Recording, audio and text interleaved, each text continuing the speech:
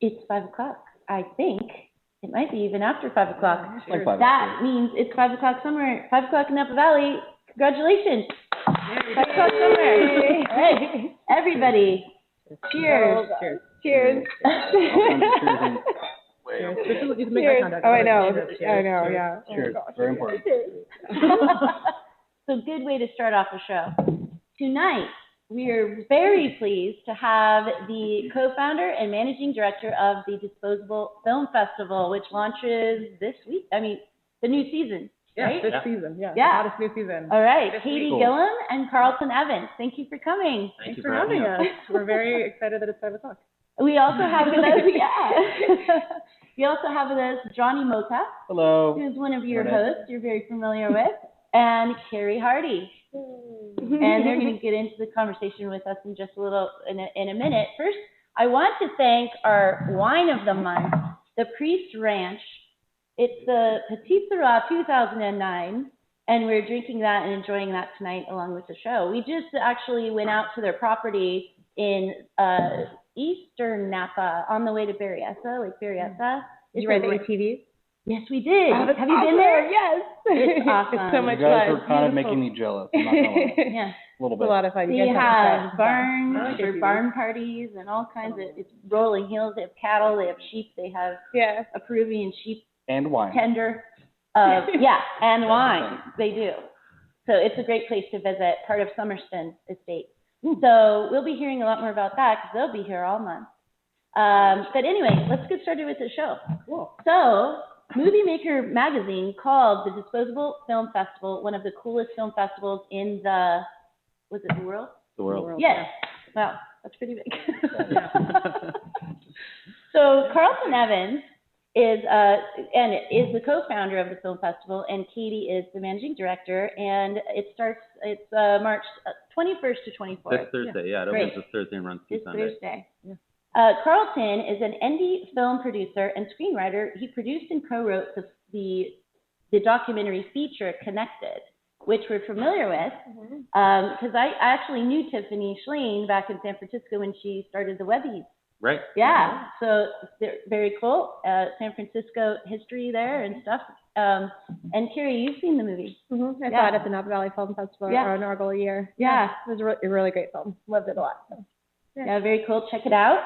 You also had something to do with the movie, the short Yelp, correct? Yeah, I produced that.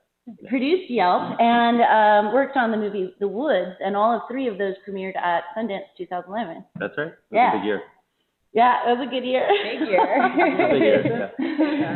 And Katie is a filmmaker and media educator founding Live Camera Social Action, which we'll hear about in a minute, and it works with the United States, UK, and Ireland, establishing storytelling techniques for people that are looking to become part of the filmmaking industry, correct?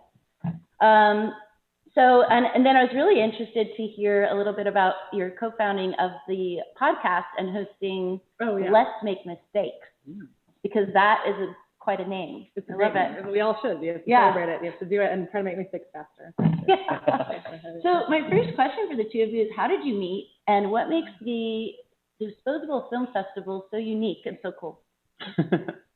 I'll start with the first question. Yeah. Katie was actually living in Ireland when we met and was visiting. And we had mutual friends and had dinner together. And then Katie moved back to San Francisco, back to the Bay Area. Yeah. And just in time for, I think it was the second annual Disposable Film Festival. I just had my 4th Sundance anniversary, so whatever that was. The second one.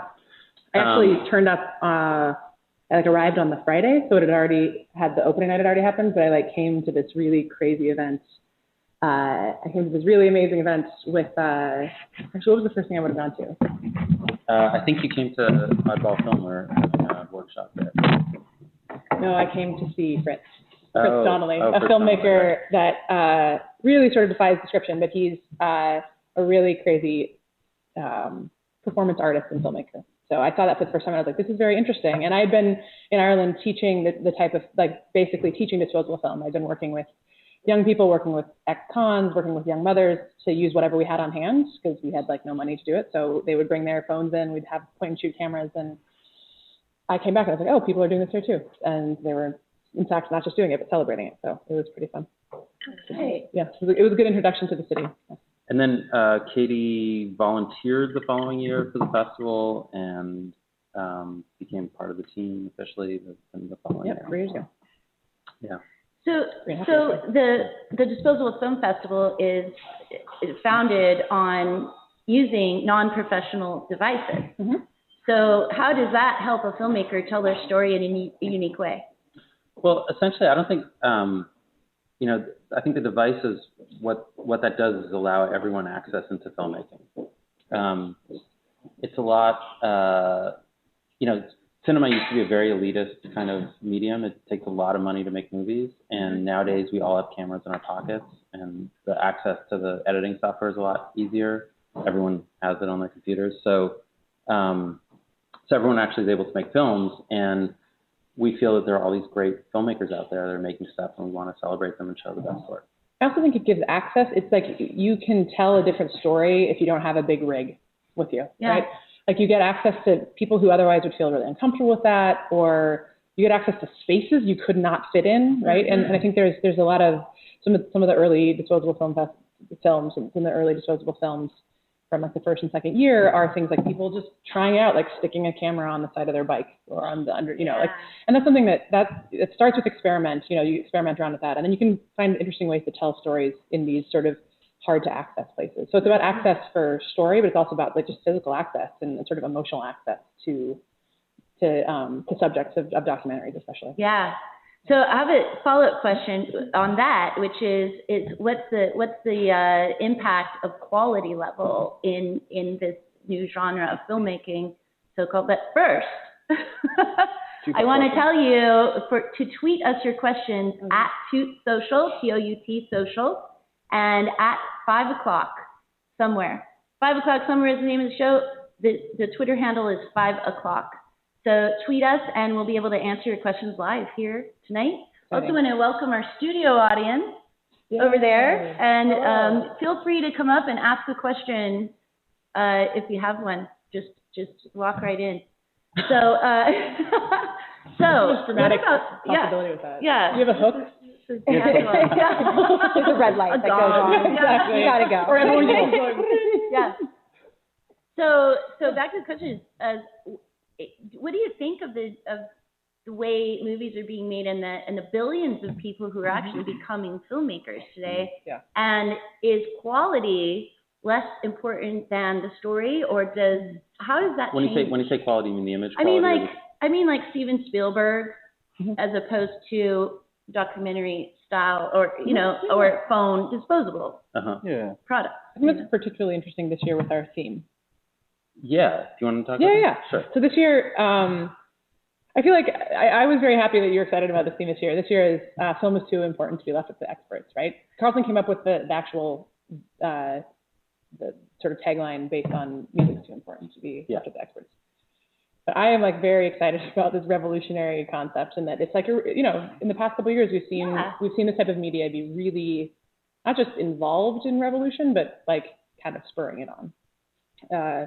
In Egypt and all over the place, it's really become an important part of connecting people in these revolutionary situations. And I think that the idea here also is that like film can connect that, right? Film can do that for people that have ideas, shared ideas across the world. And I actually think that we get this question a lot, like, does this just add to the noise? I mean, I feel like, like there's just like, are you just encouraging people to just throw things up online? But the whole point of this being a festival, as opposed to just, a channel on YouTube or a channel on Vimeo, is that we're celebrating the ways that you use this type of media to make really beautiful narratives. And there's a selection process, right? There's a curation process. Yeah. We watch every single film that comes in. But there's also something about just the fact of watching something that was made using using this right here on the big screen, and watching it with sort of a reverence, as opposed to just sort of half watching it while you're like word processing or something like that. That I think that, I don't know, there's something really essential about filmmaking and storytelling that like that's ultimately what you're trying to do by watching a Steven Spielberg movie, right? You're trying to get a really great story and be really blown away by, and really have like, you're just totally immersed in that. And you can do that without all those cameras. It's just that you have to be A, be willing to look, or B, be willing to come to our festival. Yeah. I don't know. I think there's like it's all about the story. Democratizing, right? Yeah, exactly.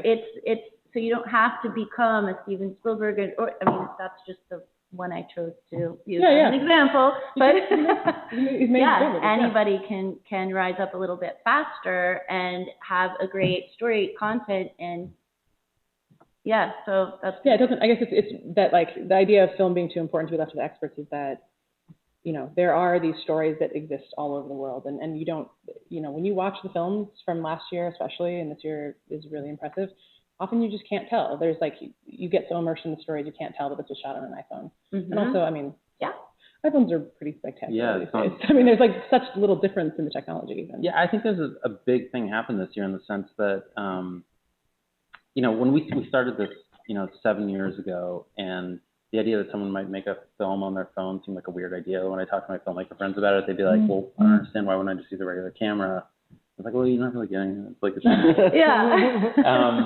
and now, the point. and now, I mean, this year, a film that was at least partly shot on iPhone won an Oscar, and that's kind of revolutionary. Awesome. Huge, What that means also is that in some sense, the kinds of films we've been celebrating, the kind of cultures we've been celebrating has gone completely mainstream. And what you'll see in the program this year is we'll have, some more seasoned filmmakers that are using more disposable techniques, and we'll have more sort of filmmakers that are just coming out using very, very polished techniques. And they're all kind of using the same devices and the same ways of doing things. And I think what, as all the technology has changed and, the festival has sort of grown with that, what we've always stayed committed to was innovation and storytelling. That, in the very early days, it was very, very experimental. We showed films that, just like people would like throw a camera up in the air or like attach it to a helium balloon because no one had ever done that before. And it was like, what kind of shot are you going to get like that? And as the years have gone on and, people got more comfortable with their equipment, I think some of those experiments have been integrated into the storytelling technique. And we have many, for the last few years, the films are much more sort of story-driven rather than experimental or aesthetic. Yeah, I think it's really interesting to think about, especially on this idea of what quality means, is we've gotten so, I mean, it's easy to make it sound like, or the idea or the story. I want to give an example, I think, of 2 films in the past 3 years that have like really captured some big brands that have taken them on. But there was a film called by a band, a music video called a song called Sour. It's amazing, all shot on webcams. And I want to make a claim that I still like the things that come in on kind of lower fi. I like the stories can still be amazing, but the idea of Sour is that it's all these different people by themselves that have. The director did such an amazing job of choreographing what they did and then editing in this space. So there was this amazing interaction between, it's sort of like an expanded Brady Bunch, and that like they're all interacting with each other, all these webcams, in this like totally, like you can't even understand how they managed to coordinate it. And pretty soon after that, Pepsi, I hope they bought the rights because they did exactly that they were thing. interested or did? No, they didn't actually. Oh, okay. They ripped off the idea, but Same with the weather balloon. Yeah, weather Space Balloon, which is a film that we showed in 2011. A filmmaker and his son in upstate New York built this rig that brought a GoPro camera up into space. Like a little toy on a rig that went up into space. It actually went up into space on a weather balloon. On a weather balloon. And then amazing, I think it was Citibank that took did the idea and made it. Did the exact same thing. Yeah. But I mean, but that's like, the stories, the idea is what's the most interesting. But actually a better story maybe of like what's happened recently is last year we had a film in the program called Laughs that was done by actually some local filmmakers in Marin County, where they took a bunch of clips that they found on YouTube of people laughing and then sort of like spliced them together in such a way that there was an implicit narrative of life and death, essentially. Wow. Amazing. And they were approached afterwards by Volkswagen to reshoot the whole thing as a Volkswagen ad. So they actually... Volkswagen. Yeah. Good. Yeah, good job, Volkswagen. Yeah, because we hear about it and we will report it. if you're a bad Pepsi. Don't be Don't be a bad Pepsi. But I think one of the things that Katie was talking about, how she really likes the stuff that comes in that's lo-fi. I think one of the things that was really interesting about that Sour video is that the story in it, it was essentially people all over the world that were sort of coordinating this video through their webcams. Yeah. And the kind of implicit story is the way that people can interact together through this medium, technology. yeah, totally. So even though it was a music video and it was sort of designed in this kind of abstract way, I think there was something, the reason why it spoke to so many people was that there was something underneath it that was really about the way we use this technology to and have like meaningful connections, right? I mean, that's every single, you'll have to watch it. Oh, but, I can't wait. Yeah, there's sort of meaningful and sort of Yeah. physical connections between them that, yeah, you can have. That you can't really have in another way, even face to face. I mean, that's kind of what we like to do. Exactly. Yeah. It's very, very So that's cool. relevant. And I hope we didn't offend you about that quality issue, because what we do is definitely, when we founded ToutSuite, we said, well, we just need to make sure everyone knows we are not professionals, and we are never going to be professionals. We don't want to be professionals. We want to do, the stories, and we're not going to upgrade our cameras. They're used. We got them online, and we like them. So maybe someday we'll upgrade. Anyway. So how, on the flip side, has people's consumption habits, in your opinion, if you can elaborate a little bit on that, how has people's consumption of media changed with all the new form of movie making, filmmaking, YouTube videos changed, and what's the significance? The last statistic I heard, which is probably way out of date now, is that 48 hours of videos uploaded to YouTube every minute. So, yeah. And I think that was was like 6 months ago, so I think it's probably. I think it was Probably even, more. I think it was about a year ago that I heard we that. started uploading 6 months ago. So. I need Well, more. that might be different. There's way more now. Yeah, that's the watershed moment. Yeah. And also another statistic that's probably about a year old now is that YouTube was getting 3 billion views a day.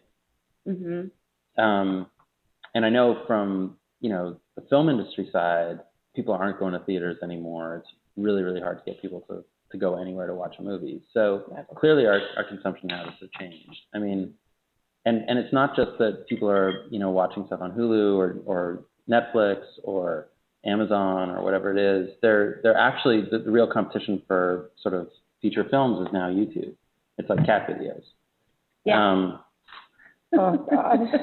Sometimes Well, we have an amazing cat video.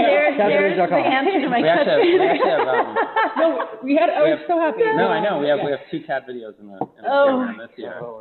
They're involved. I would encourage you to come on opening night and see these videos, because they're not what you're So let's take another little break and talk about, you have a couple tickets to give away. We do, Yeah. Yeah. Do you want to tell everybody what's happening? Yeah. Yeah. Want me to go for it? Yeah, why don't you go for it? Wait, do we have like a specific way we're We going have, to do we have I a think it was contest that we're Miles' doing? idea. Oh, it's Miles' idea. Okay. Is there, do we like... So we are giving away a couple tickets To opening night. to opening night. Yeah. And At it the will be Castle. on Facebook tomorrow on how that you get those tickets. Yeah, exactly. Right. So, yeah, we'll You tell have you to what... watch the show, and we're going to have a question on Facebook tomorrow about what we said on the show. Excellent. And if you give the correct answer, you will get the tickets. Okay, yeah, so, and it's... And it'll be our ToutSuite. It's actually facebook.com/ToutSocial. But if you're watching this, you're going to see the link right under Right now. thing. So you can, yeah. Right. It's right, like... It's Right actually here. going to be on the same page. It's not actually in the video. Oh, I see. Yeah. Right, Down there. Down there. That's like way too complicated. Okay. That's good. It doesn't interrupt. It doesn't interrupt. Yeah. So yeah, so there are two. Tomorrow. It's 2 tickets to opening night, which is spectacular. It's at the Castro Theater, which I imagine a lot of your viewers have been there, but it's this beautiful place to be watching things that were made by. It's beautiful. Yeah. Like, I love seeing the curtain open and having spent so much time on this program. It's always amazing to get to root for them. Every time I'm like, yes, the next film is going to be on. Yes, it's sort of rooting for them to all happen. And we also, like, there's the organ player is there. It's an amazing place to watch. Well, yeah, to watch we'll new also media be films. we'll also be announcing the awards, the winners of the festival that night after the screening. And then where does the festival play after opening night? So it's in a couple of locations around San Francisco. On Friday night, we're going to have a very, very special dinner and screening. So it's a prix fixe menu put together by this fabulously talented chef. He works at Tribeca. Name's Carl Hall. I love Carl. Oh, He's you know a friend him? of mine. Oh, yeah. He's great. We did not plan Is he this. watching right now? Oh, I think he's actually working. He's in the probably in the He's kitchen. probably Yeah, working really yeah. hard, He's yeah. probably definitely in the 5 kitchen. o'clock at Tribeca too. Yeah. Yeah, exactly. It's 5 o'clock. Oh, that's true. On this stuff anyway. It's a prefix menu. It's farm to table. He has been, Carl, who you love, has been doing things like driving out to farms. He's been sprouting. It's not a spectacular time. It's not an abundant time in California for growing things. Right. But it's still a time that we all need to eat. And this event is called Just Food, and it's about the human stories behind food, both from the field, and planting, all the way up to the people who are cleaning up after you. And we found that That's interesting. yeah, we started. There's so much story about food in this area, and rightly so. The food here is amazing, and the wine that goes with it is amazing, and the drinks that go with it are delicious and dangerous. And you should definitely take pictures of your food and enjoy it. Yeah. But at the same time, you rarely people turn the camera up and see who's made it and sort of whose energy goes into that. And there's a lot of stories about maybe celebrity chefs, but not as much about the people that are producing that. So we wanted to celebrate their stories by watching films about them, watching films that they've made, and eating an amazing meal. We So just watched the film about Hero, the sushi. Oh, China. yeah. Oh, so good. Yeah. Yeah. You're Netflix. sushi. That's so great. good. Exactly. Yeah. Like, Just a fascinating lifestyle story Yeah. about this history and cool. He still rock and rolls at like 80 something, I know. 90 Yeah. something. Makes Yeah. you want to go to Japan. yes, it does. Yeah. Until you see the price tag. Oh yeah, I did see that. It's worth it. You have to. You've got to go. Yeah. It's on the list. So Carl's putting together a 5-course meal that's all sourced locally. When is local this? farmers. How do we go? That'll How do be we get tickets? Friday night. Friday Go night. to disposablefilmfest.com. Okay. Go Or to the event. Oh, that's It's going to be amazing. So there's Yeah. 5 courses of food and 4 courses of film paired with the 2 menu. cocktails. That's a wine, great food, idea. and film. Yeah. Yeah. And the food, I have this experience where my family always, we've seen the movie Big Night, oh yeah. right? It's all about cooking food, right? If we could, yeah. So I've watched it with my family a lot growing up, and we'd always be like, we'd finish watching it and be like, we should have eaten beforehand because like we're starving now. And then we've also said we've eaten beforehand, and then we've watched it and been like, oh my gosh, I feel so sick. We should not have eaten beforehand. So this is like a true synthesis. We get to eat amazing food while we're watching food that films that will make us hungry. So yeah, we're very, very excited How about long are the films? So the films, it's a about an hour-long program. Okay. It's a series of short films. There's about 3 local filmmakers. A lot of the films are about California and Yeah, they're all documentaries. yeah, and a couple sort of that walk the line with narrative. But they're really beautiful and delicious. So we are going to have 2 of the filmmakers will be there eating alongside us, and we're working with High Ranch. So going to this? Yeah. Getting on right now. It's called Just Food. The Eventbrite is another way to get to it. But several of the filmmakers will be there, and we're also working with High Ranch. They're supplying the animal that will be eaten. I don't know if we can look it online. No. The beautiful, amazing meat option is from High Ranch. Fully Right. raised. Raised by High Ranch. Yeah. I'm sure organically and biodynamically. Absolutely, Yeah, yeah. of course. Yeah. Free range, the whole nine. The animal. The animal. Unnamed. Yeah. Check it out. The menu is spectacular. Yeah. The final, well, I'll tell you can I tell what the dessert is? The dessert is a smoked goat milk tart with compressed rhubarb, pickled green strawberry, and baby celery. Oh. It's like can't not. Yeah. All your I think you can feel singing when you said that. Like the light of And that's the end of the show. That's 2 hours, whatever that was. That sounds Yeah, it can be great. Tickets now because we're Yeah, gonna there's actually not that many left. Okay. Yeah, Yeah. because I'm going to get the last of them. Oh, how do you get tickets? So go to disposablefilm.com in our event section. It's on our Eventbrite page. It's called Just Food. Yeah. Just awesome. Yeah, and if you take it, we've been tweeting about this a lot because we're very excited, and we're at DFFest, like DF Fest. We've been talking about it a lot. I've been talking about it a lot on Twitter. The Twitter is DF Fest. Disposable Film Fest. How many S? 2 F. D- DF. FS. D Fest. No, DF. How many? Yeah, you got it. 2 F. Yeah, Disposable Film Fest. Yeah, disposable film. Awesome. You have to Hey, say I that. want to It's go hard back to just a tell few people steps. what the Twitter is. You talked about you feel like that less people, and I agree with you on this, are going to the theater because of YouTube cat videos. Yeah, meow. Well, I mean, I think, yeah. I completely agree with you because I spend a lot of time online. It's like, this is silly. I'm just wasting time all day. Right? But at the same time, look at the film festival. There's things like the film festival and certain films and movies that you can't get the same experience that you can on the YouTube on a compressed video page or audio.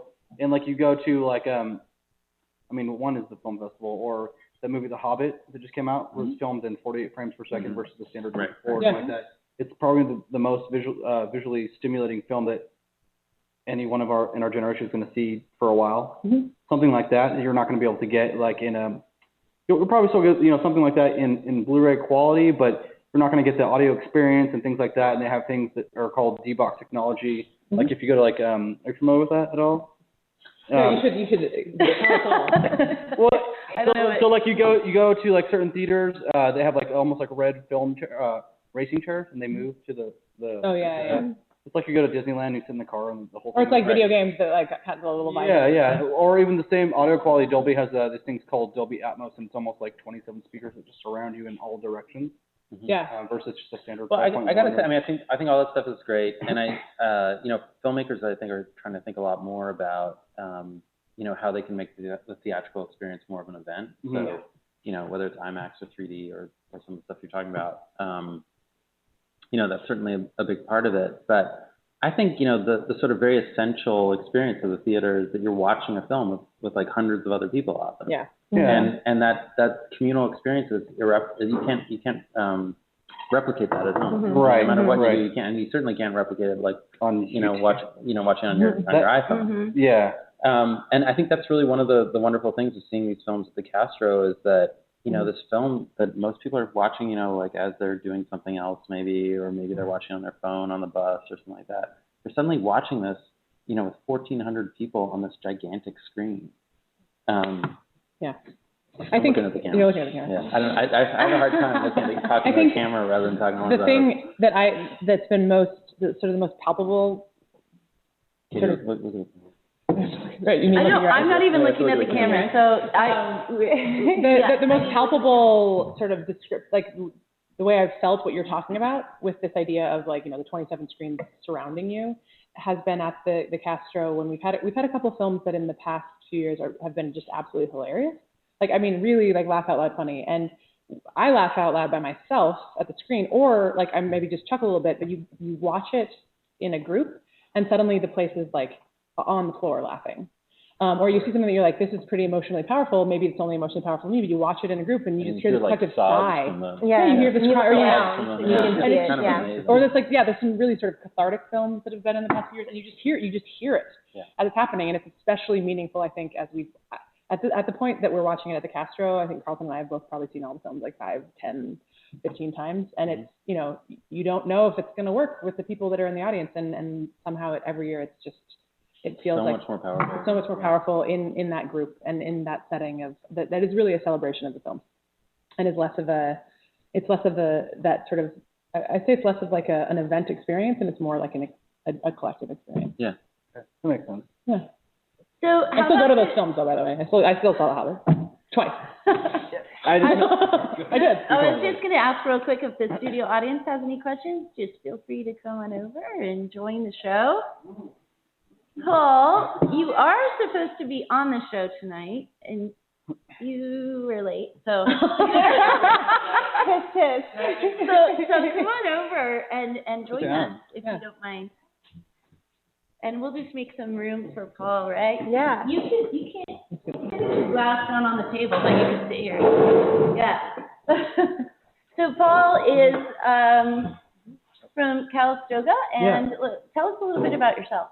I run a small company up there called Missing Link Networks, and we are a transactional company that serves the wine industry. We help consumers and wineries basically meet online, so consumers can buy their wine online and all that kind of good stuff. Wineries can market their wine directly to their customers, and we're unique because we actually invented a cash register that runs over the internet about 8 years ago, and none of our competitors have really followed us. We have one, I think, that just launched something a month ago. So, but we cover everything. So the e-com, the club, the email marketing, and we actually launched a reservations manager too, which is a calendar grid, and then the cash register. So is it a physical cash register? Mm-hmm. Yeah, and it's we were. What's that password? We were right. Sorry, Yeah. I couldn't help it. It's okay. We so it started at the first online store we launched was 1999, and so the first cash register was launched in 2004. And I don't know if you guys can recall, but that's before the cloud was cool. Yeah. And so that was the biggest obstacle is our competitors were saying, well, what if the internet goes down? And we're like, well, we don't really have to worry about it because we have great content providers like you guys, providing great content, Netflix, that are really driving the network infrastructure to make sure that we all have really good, dependable, solid broadband internet. So when the cloud became cool in the late 2000s or 2008, 2007, that's when things really started picking up for us, and we became a real viable entity. So what are the challenges between, and we'll get back to the film stuff too, but since you've joined us, what are the challenges between, selling wine online that impact your technology as opposed to selling other products?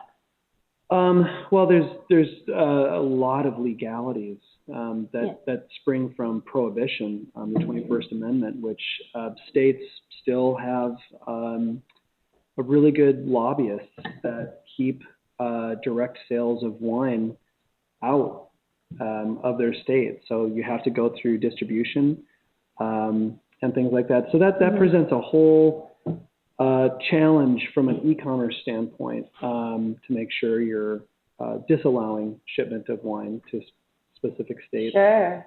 There are some specific compliance companies in the industry that you want to integrate with to make sure that wineries are being compliant when they sell wine and ship wine and stuff like that. So it's a very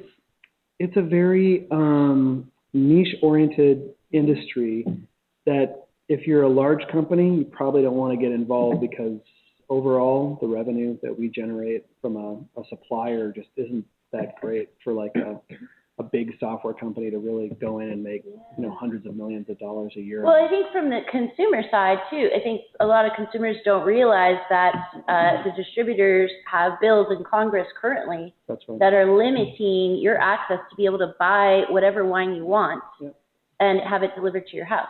So if you live in a certain state, and I don't know all the states, you probably know which ones, but I think it's a big consumer issue for, not being able to get a small so it's like the farm to table thing. Yeah. You can't get wine from a winery in Napa in many different states. Yeah.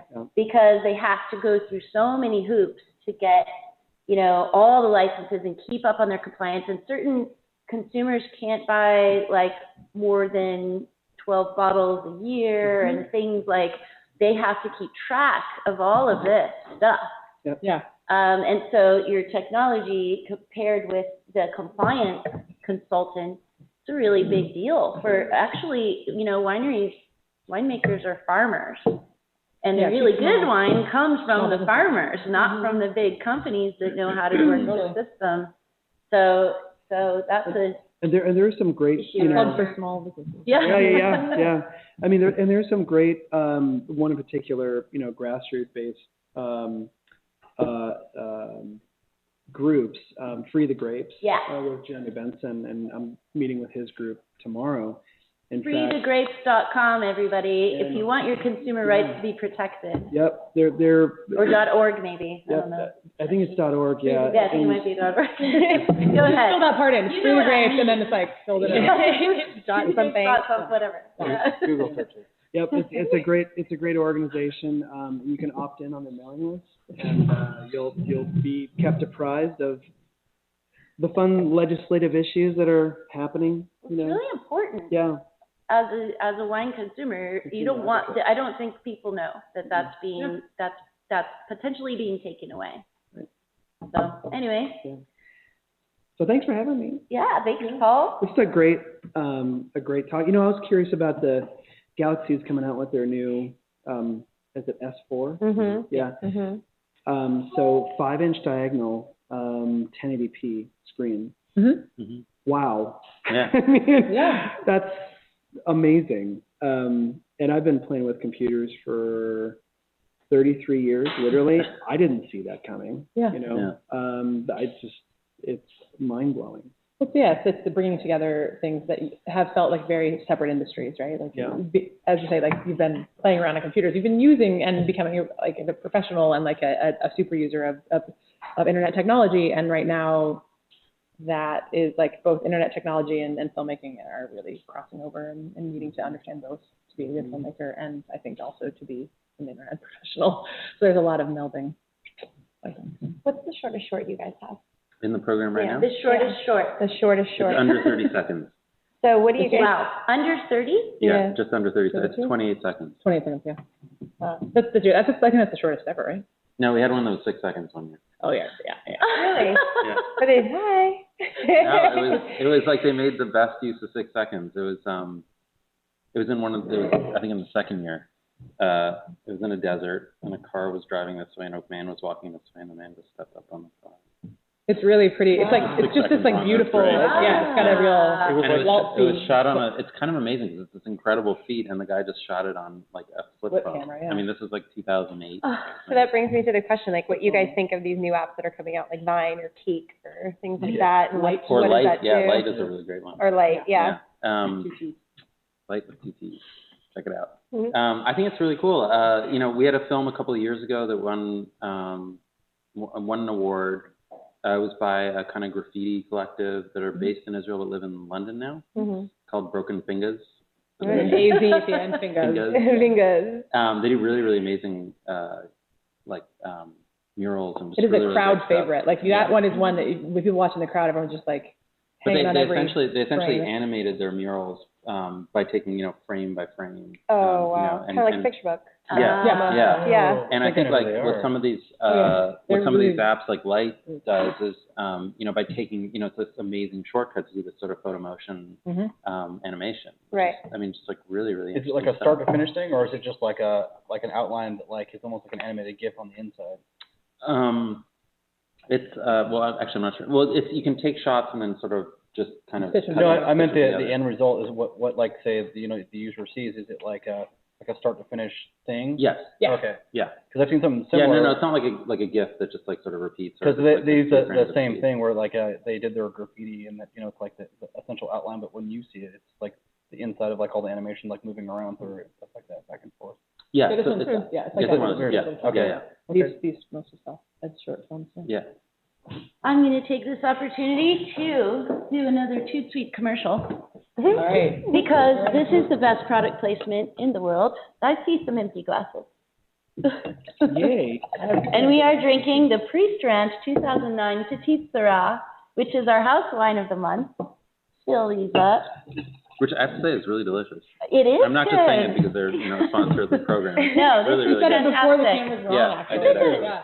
This is a well-known, not to me. I mean, I'm not a wine person, so I just found out about it. But a lot of people know about it. As she drinks the wine, she's like, As she's horrible. I just found out about it. Yeah. Person? Yeah, he's a wine person. Didier. you Well, he's love French it. though. I know. He's 90% wine. He's That's- French and he's been in Napa for many years Oh my God. in the wine He actually business. doesn't have blood in his veins. Yeah, because of exactly. wine Yeah. anymore. That makes a wine So person. that's how I get to know And all my vodka. wine stuff. I don't have to. Right. Yeah. And beer. And That will help us look at the camera also. Be like, yeah. So yeah. I think you guys need a cheese sponsor now. Yeah, where is your cheese? we're looking at Yeah. you, cheese people. Yeah. I don't know where I'm supposed to be looking. I don't know. Cowgirl Creamery. I like a cowgirl. I like a I don't know. We're in cowgirl. California. I like a Humboldt fog. Like Yeah. Cypress Grove. When we have food shows, we do have food sponsors coming on. So Yeah, we but have also wine cheese pairing would be awesome. the Oyster Girls are coming Oh, on. cool. We're Oh, wow. excited about that. And you didn't invite us to We that should show. have some cigar girls to go That's along on with the Oyster Foodie Girls. Friday. No, you should come back. There's a bunch of great I gotta mix those all up. Huh? providers that are from up It's a here. live show, the audience. We have a Yeah, you Sebastopol always will. Farms for events. Marquita Farms is also That's up right, here. Sebastopol. So we have a lot of people that are up here. We should have just done a better job of. They should have come here This and is let the us take first their time. You'll be back. All right, great. Next time we'll bring our Cheese stuff. next time. As Johnny mentioned, you're Next always time with welcome to cheese. be part of the live audience. Oh, okay. Check out our calendar, and Well, so Just are as long you. as you bring cheese, it's I think fine. we'll come here on Yeah. a Friday for the live audience. The wine will be here. And we also have Lizzie Moore coming on from Boca Farm, and Oh, cool. also you know Guerneville very well. There's a place I don't know it well, but I know it. We just booked this one. She has a place called Boone Eat and Drink in Guerneville, and they're doing a lot of fun farms. It's like Russian River Yeah. out there. So she's going to be on the show, chef and owner of that. Great. So That'd be awesome. really cool. I like to go biking up there and try the wine and food. So I'll have to add Yeah. it to my list. I know. That's a cool little In spot, Hansburg, Guerneville. Yeah, so I do have another question for you, if to kind of get us back out of the commercial mode that I was in. So what do you think is the future for the new generation of filmmakers, and where's this going in, say, 10 years? Oh, wow. 10 years. That's Well, a loaded question. I think, Yeah. I mean, 10 years, who knows what's going to be in 6 months, but Exactly. But one of the things that I find just totally incredible is that, so I'm old. I'm old. I'm old too, Yeah. like 40. Yeah. You're I'm 40. like I'm older than 40 and beyond. But Yeah. And beyond. Because But- you could do the. That's why I said like 40. yeah. And When- beyond. Yeah. You know, when I wanted to make a film in high school, like we did it on Super 8, and, you know, if you're a high school kid, even Super 8 was pretty expensive. I mean, you know, like, I think it was like about $25 a reel and then about $50 to process. So, you know, if you reeled it, like, added up pretty quickly, and we didn't have a lot of funds to make any films. And we were, you know, hand splicing it. Yeah. I can't even imagine what I would have done if I was like, you know, had a camera in my pocket and like an editing suite on my laptop or even on my phone at this point. You know, when I was like 11, 12 years old and had grown up, you know, making films. So in 10 years, I mean, 10 years, we're going to have an entire generation of filmmakers that like just live, eat, and breathe film. So I don't know what that's going to look like. It's going to be Filmmakers in incredible, diapers in 10 years. Imagine looking a year from now and everyone has a pair of Exactly. Google glasses. We're all just walking around not having to carry anything. It's all voice and Right. think. I think it'll definitely push the envelope, though, too, as far as creative or content goes for across all mediums. You know, it's going to challenge people to put out, you know, something very amazing and something that's, you know, heartfelt and honest, yeah. and totally. honest Yeah. and very transparent and real, because, you know, there's so many ways that we can get the content or get, you know, the films or whatever it is that we're seeking.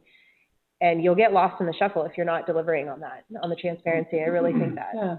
I think there's something about this idea of having grown up with the access to making things yourself that I think you can end up as like a, you know, as a 15-year-old or, you know, a 12-year-old now from the classes I teach, you know, just making things and throwing up, you know, things on YouTube that are like just for your friends.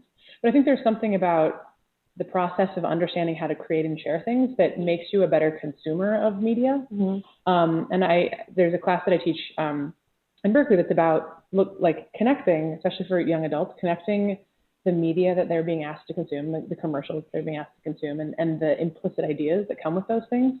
And I think we all grew up not necessarily being great at parsing what maybe ideas about gender or what ideas about, you know, religion, what ideas were coming with these things that you're being asked to buy. And I think this younger generation who are seeing what it means to cut those things together and seeing what it means to sort of use power in a scene and use angles and use light. I mean, we've seen some like just fabulous talent from, I mean, like young teenagers. Yeah. Like we had a health competition this year. The winner was he was actually 15 when he made the film. Yeah. It's like beautiful film. It's about a group of people that do suicide awareness in Kilkenny in Ireland, and it's a benefit where people essentially jump out of airplanes.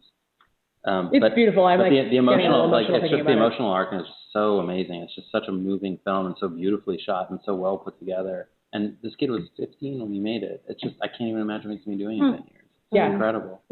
Yeah, and you get to see what's really interesting is I think in a lot of ways that's sort of a fascinating artifact of this is that you get to see people's transition from like the sort of like film juvenilia in the way that you would have had to like, you know, look at old writers, like where did they publish?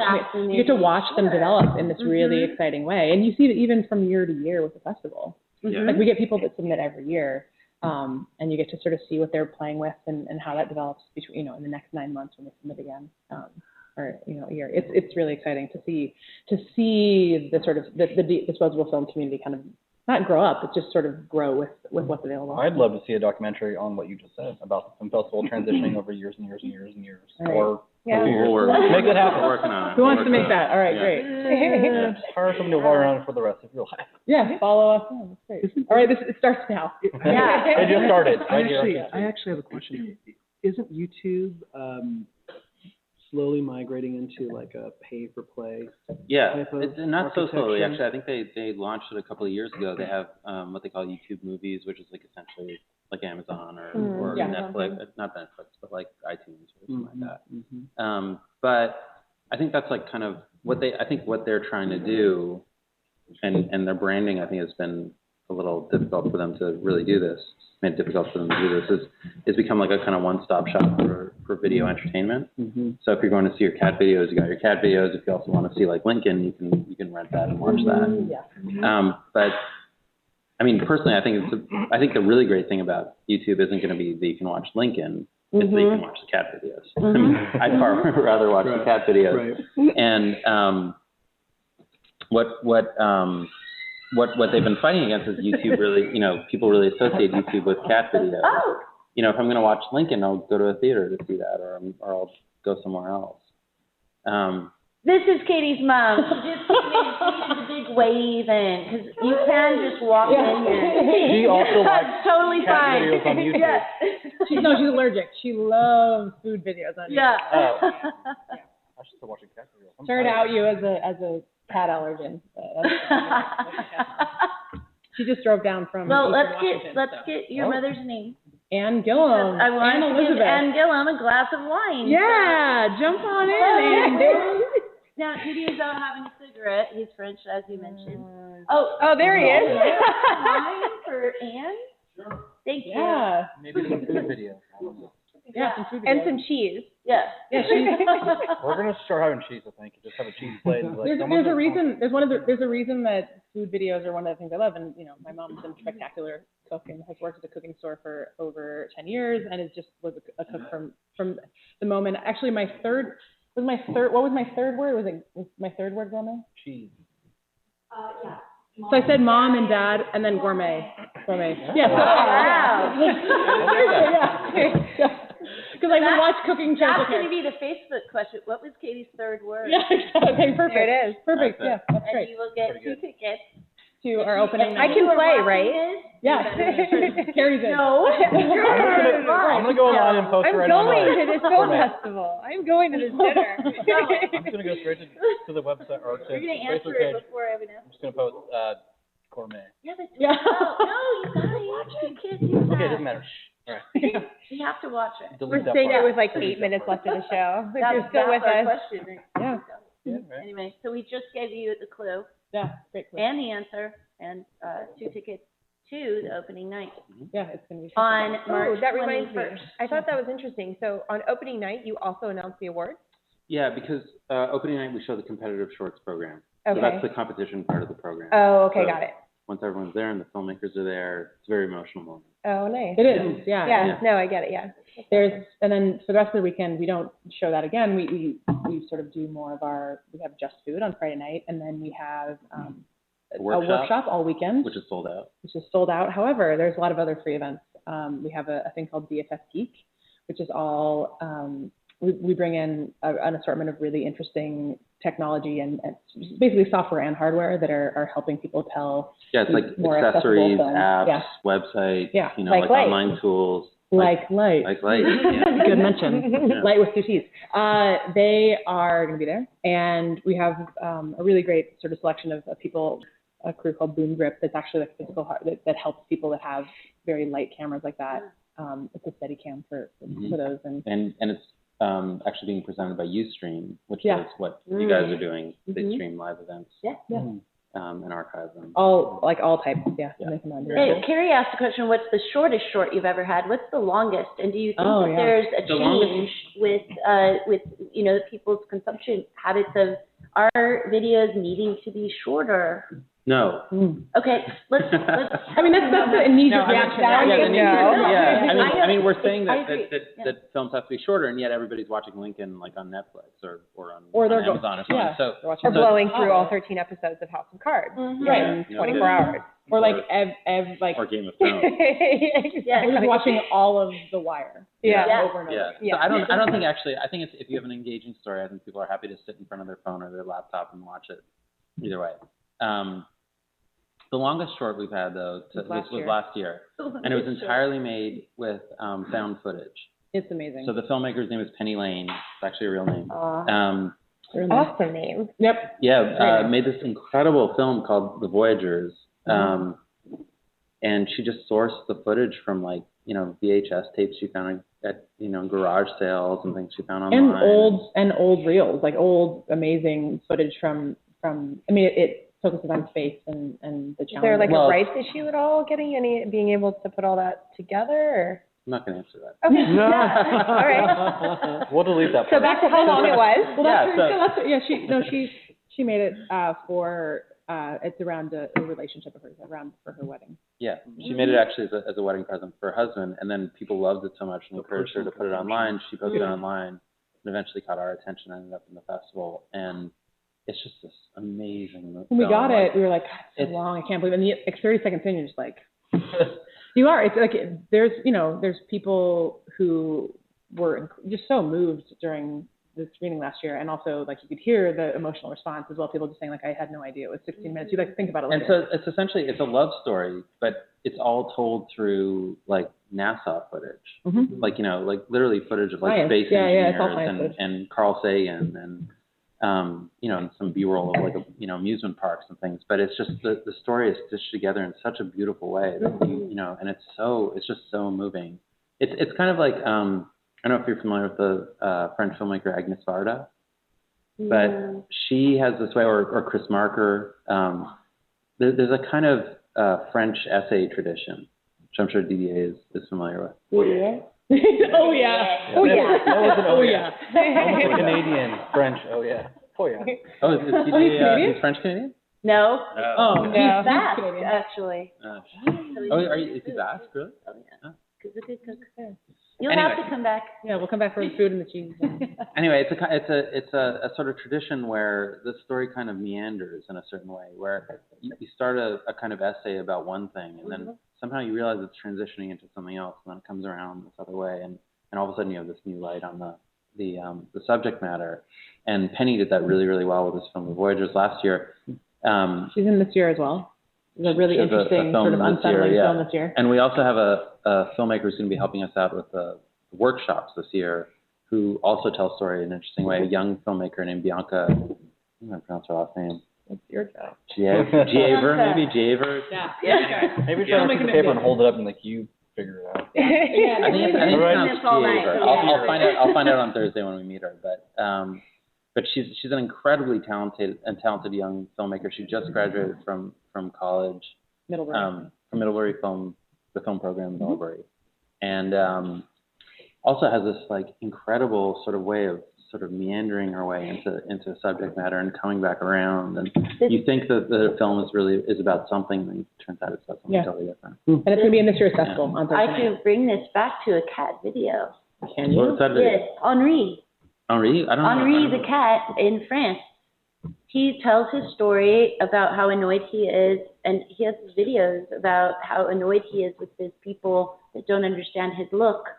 Did it mean what you thought? Like, I was like, oh my goodness. The French they're crazy for cats. It's unbelievable. There's a Henri something. It's on Facebook. Do you know it? Okay. She's nodding. She's like Henri the cat. I think national cat too. Oh, Grumpy Cat? Yeah. Grumpy Cat. A lot of great cats. There's Maru filmed the in cat. black and white, and they have music, and it's like, and Henri's like, Henri the cat. oh my goodness, there's like an orange striped cat in my house. I don't know how it got here. all the filmmakers I just mentioned, Agnes Varda and Chris Marker, and a lot of the other filmmakers from that generation, they all made cat videos. And we're talking about in the 60s and 70s. Yeah, seriously. Cats are a big part of all their films. Cat video's been a thing for a while. Yeah, cats have been around. Chris Marker made a film a few years ago called The Case of the Grinning Cat. That's about a street artist, a graffiti artist in Paris named Monsieur Chat.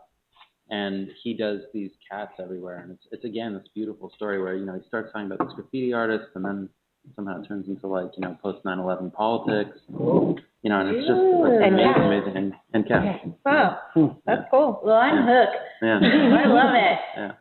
So it's looking like it's about 6 o'clock in Napa Valley, so that means it's 5 o'clock somewhere else, I think. Should we start again? Maybe. Maybe in the middle of the ocean. Maybe in the middle of the ocean. I think But it's I'm saying why. 5 o'clock. I'm not saying 5 o'clock p.m. That's true. It is It's 5 o'clock somewhere. a.m. somewhere. So I'm going to look that up, actually. I did look it up one time. Anyway, so it is 5 o'clock somewhere. And now we all just see a bunch of peas. Not here. So we are going to say goodnight. And thank you for coming. We're going to keep on talking and hanging out here. And Having a good time. I think that camera is about to fall, Gracie. That one. Yeah. Ooh.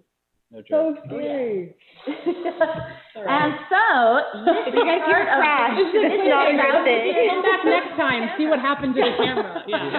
Yeah. our cameras are not disposable, but they're close. Let's hope you don't dispose of So them. please check out the Disposable Film Festival at Disposable film. DSFEST Yeah. Yeah, on Twitter. On Twitter at Yeah. DSFST. and disposablefilm.com. .com. Yeah. And Carlton Evans, Carlton_Evans on Twitter. Yeah. Carlton with no E Carlton underscore with no Evans. E underscore Yeah. Evans. Or And I'm Slow Text, at Slow Text. Like Slow the slow Text. food movement, but Slow Text. All I'm right. also, can I just say that I'm also kind of in love with Instagram right now? And so I'm Carlton on Instagram. That's the first step. is admitting it. Carlton Yeah. on Carlton. Instagram. Carlton with an E. Carlton. So Carlton. the Carlton at the end, right. not in the middle. Yeah. I can All attest right. he's very in love See, with we Instagram. should just stop talking. I every time I try to tell someone a Twitter handle, it's like such a major. This is all, it's all like. I do this. It's all here. We'll post it down It's like below down the here. video, and that's gonna be a thing. If we figure out how to do that, Maybe we should just you'll thank our see it guests, below. our sponsor, and talk about Yeah. these sponsors. For Thank the you future. again Yeah. to Priest Ranch Wine, part of Somerston Estate. And we have more of that. Okay. We need to open some more. Yeah. And thank you, Paul, for Mhm. coming. Can you Yeah, for pronounce having your last name? Because I think I messed it up in the beginning. It's Tinas. That's what I said. Yes, you said. No, you did. You did. Okay. Before you arrived, she said it Paul perfectly. Penis. Yeah. And do you have a Twitter handle or I don't. no? I'm like the most He's a unsocial Napa guy. Change that. That's Online. very- He's very connected, but not very social. I'm like You're gonna have a not couple No, social. you're here. You've been very social. You're gonna have a couple more glasses of wine and wake up with a Twitter handle. Right. Yeah. No. He's so successful, he doesn't need a Twitter Oh. handle. So. That's it. And Johnny Mota, Hi, me. Thank you for having me. JModa3, Oh, at JModa3, yeah. That's me. and Carrie Hardy. Marketing mistress, MKTG. Yes, Oh, wow. and that's it. Wow. Thank you guys so much for having us. Thank you. Yeah. Thank you. Thanks, guys. Woo. See you at the Film Fest. Yeah, exactly. Yay! Cheers. Cheers. Oh no, you can't Yeah. cheers with empty glasses. No. I got it. Oh my god. Yeah. There's another glass. Eyesight. You can walk if you'd like. No, yeah. We're good. Eye contact. We're good. Yeah, look at Glasses. those glasses. Eye Yeah, contact. what's All right. Everyone make eye contact and cheers, but also Okay, make eye don't contact cut with us the off. camera We're still somehow. busy. We don't remember. All right. All right. Cheers. Cheers. Cheers. Cheers. Cheers. Camera, There you cheers, go. eye contact. Good job, cheers. everyone. Good My job. eyes hurt. Thank you guys so much for having us. A girlfriend of mine always says this. She's like, Yeah, no.